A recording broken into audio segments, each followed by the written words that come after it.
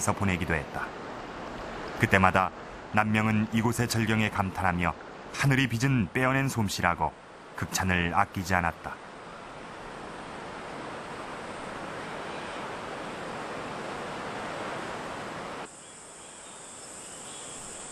넘친 계곡물로 인해 산에 오르는 것이 어렵자 남명 일행은 천왕봉 등정을 미루고 신흥사에서 사흘을 보낸 뒤 그대로 하산한다.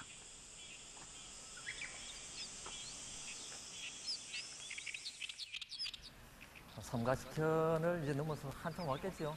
여행 막바지. 진주로 돌아오는 길에 남명은 경남 하동의 삼장마을에 들렀다.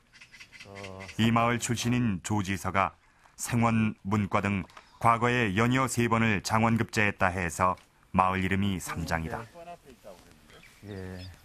조지서는 연산군의 세자 시절 스승을 지냈는데 연산군이 왕의 자질이 없다는 것을 간파하고 벼슬에서 물러나 지리산에 은거했다.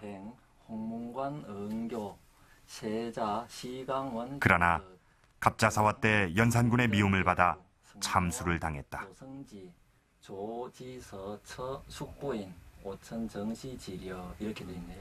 조지서가 죽자 아내 정씨는 2 아들을 데리고 절개를 지켰다.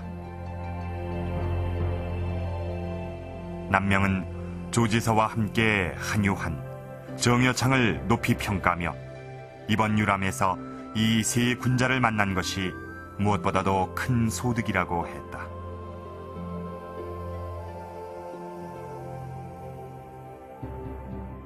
그 한요한이라든가 정여창, 조지서 이러한 사람들을 떠올리면서 이 사람들이 어떻게 그 당대를 살아갔던가 여기에 관심을 가지고 또 그 관심은 바로 자기가 배울 점이다라고 생각을 하고 실현해냈던 것이죠.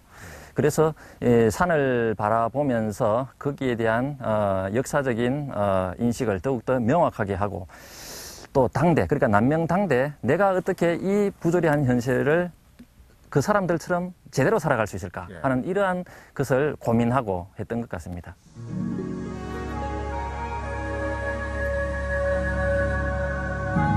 산수 유람에 대한 남명의 기본 관점은 산수를 보며 사람과 세상을 읽고 그것을 통해 다시 역사를 생각하는 자세, 바로 그것이었다. 예나 지금이나 지리산은 참 아름답습니다. 이 남명은 유두유록 그 뒷부분에 이전에 자신이 올랐던 지리산 등반 코스에 대해서 적어놓고 있습니다. 지금의 산청군 시천면 쪽에 덕산동으로 3번, 그리고 화계동천이 흐르고 있는 청학동과 신흥동 쪽으로 3번,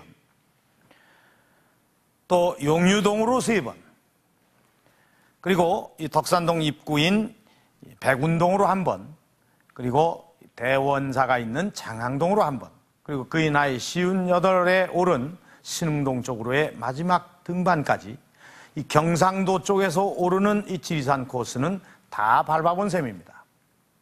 이 남명의 지리산 유람에는 특징이 있습니다.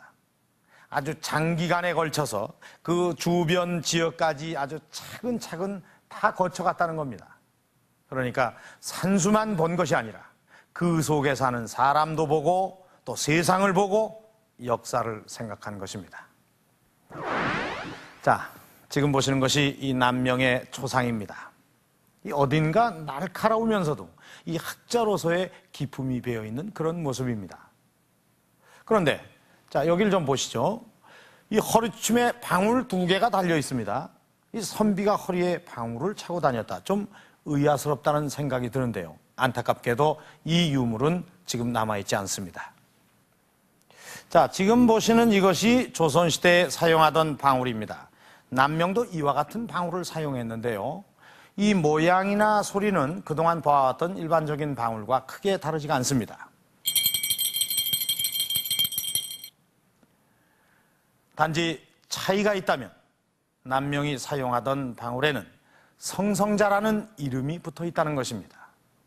성성자, 깨어있다는 의미로 늘 깨어있는 정신 상태를 말합니다. 남명은 움직일 때마다 나는 이 방울 소리를 들으면서 늘 자신을 깨우쳤다고 합니다. 자, 남명에게는 이 성성자 외에 또 몸 가까이에 두고 있던 또 다른 물건이 하나 있습니다. 그것은 바로 칼입니다. 학문하는 선비가 칼을 차고 다녔다. 이건 역시 이해가 안 가는데요. 남명에게 그 칼은 어떤 의미가 있는 걸까요? 우선 남명이 가지고 있었다는 칼의 행방을 찾아보기 위해 진주에 사는 남명의 후손을 만났다. 제대로 그런 것이 남명의 12대 손인 조원섭 씨. 조 씨는 우리가 찾던 남명의 검을 가지고 있지 않았다. 대대로 문중에서 복원해 오다가 6.25 전쟁 때 분실했다는 것이다. 아니 이거 이 검은 칼이 지금 사진상으로 잘 안 보이는데요. 요 흰 그러나 다행히도 잃어버리기 전에 촬영한 사진 한 장을 가지고 있었다. 어느 게 칼입니까? 요쪽이 칼날이거든. 칼날이 있고. 요두 개가 그게 예. 자수로 써서 한자쯤 돼요. 한자 정도 되는구나. 한자 정도 되고 고향 어른이 식량이 없어갖고 그걸 바꾼다 그길래 나는 사진을 몰랐는데 그 어른이 어쩌든지 이걸 가지고 식량을 좀 돌라 그래서 이제 아버지한테 식량을 얻어 드리고 내가 가지고 있다가 그 이제 조금씩 가르쳐주는 겁니다. 나를 보고 진주 나가가지고 이 원판을 사가 오면은 카메라 그때 있었어요? 카메라가 아니고 큰 사진기라 할게. 아, 큰 사진기를 영업용. 썼어요? 예, 영업용. 아, 그걸 가지고 한 거라 이게. 찍은 시점이 언제입니까? 시점이 그게 해방 직후지요. 그러니까 요쪽에 내명자 네, 명작 경. 경이검이라고 불린 남명의 패검은 약 한자 반, 45cm 정도로 상하로 된 손잡이에 글자가 새겨져 있었다. 조 씨의 기억을 바탕으로 경이검을 복원해봤다.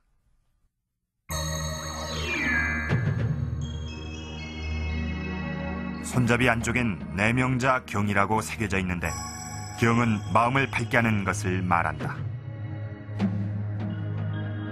바깥쪽에 새겨진 글자 외단자 의는 밖으로 행동을 할 때 불의를 척결한다는 의미다.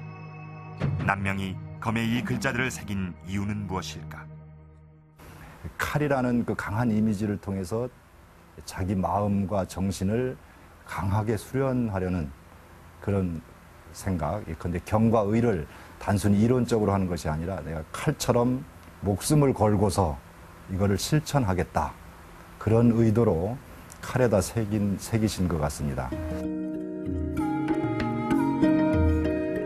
경과 의를 중시하는 남명의 사상 중 또 하나 중요한 것이 바로 신명사도인데, 신명사도란 사람의 마음을 수양하는 방법을 도표로 그린 것이다. 신명사는 마음의 집이란 뜻으로 신체 안에서 마음을 내적으로 잘 다스리는 데 필요한 것이며 성리학에서 말하는 경이다. 그런데 마음을 잘 다스리기 위해서는 눈, 귀, 입을 통해 듣고 보고 말하는 것을 잘 통제하는 것이 중요하다. 그래서 마음과 사물이 만났을 때 스스로 성찰하고 사리사욕으로부터 자신을 지키기 위해서는 의에 따라 행동해야 한다.